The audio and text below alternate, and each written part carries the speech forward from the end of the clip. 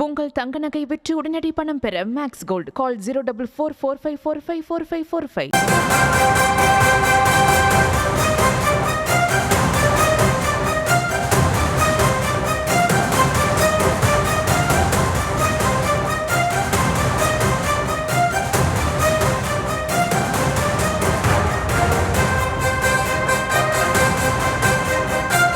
அண்மை செய்தியை பார்த்து வருகிறோம்.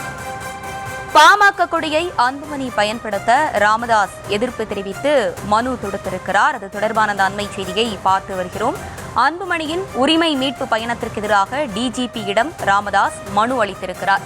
கூடுதல் விவரங்களோடு இணைகிறார் எமது செய்தியாளர் முரளி. முரளி, ராமதாஸ் கொடுத்திருக்கக்கூடிய அந்த மனுல என்னவெல்லாம் குறிப்பிட்டிருக்கிறார்? விரிவான விவரங்கள். வணக்கம்.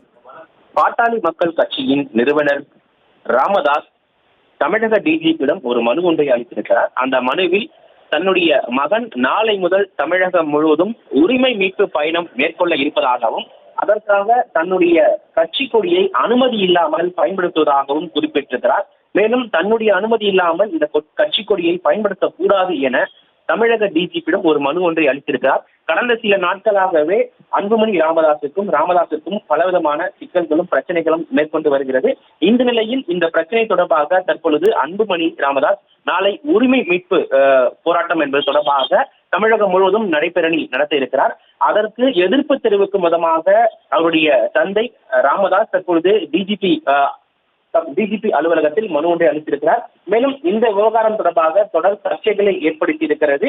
அது மட்டுமில்லாமல் தன்னுடைய மகனே இந்த உரிமை மீட்பு போராட்டத்தில் கலந்து கொள்ளக்கூடாது எனவும் அதற்கு எதிர்ப்பு தெரிவிக்கும் விதமாக தான் தற்பொழுது ராமதாஸ் இந்த மனுவை அளித்திருப்பதாக காவல்துறை வட்டாரங்கள் தகவல் தெரிவித்திருக்கிறது.